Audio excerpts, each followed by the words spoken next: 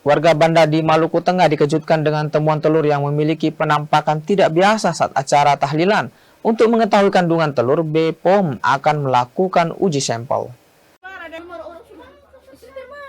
Temuan telur dengan penampakan tidak biasa ini mengejutkan warga desa Pulau Aye, Kecamatan Kepulauan Banda, Maluku Tengah, Provinsi Maluku. Hati-hati buat masyarakat Banda. Peristiwa ini terjadi saat acara tahlilan di salah satu rumah warga beberapa waktu lalu.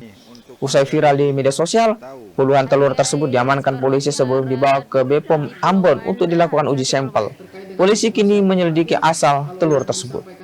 Sudah mengirimkan sampel dari situ RSUD Banda itu sudah dikirim ke Balai POM Ambon untuk dilakukan uji lab terkait dengan apakah telur tersebut adalah dari yang diduga palsu.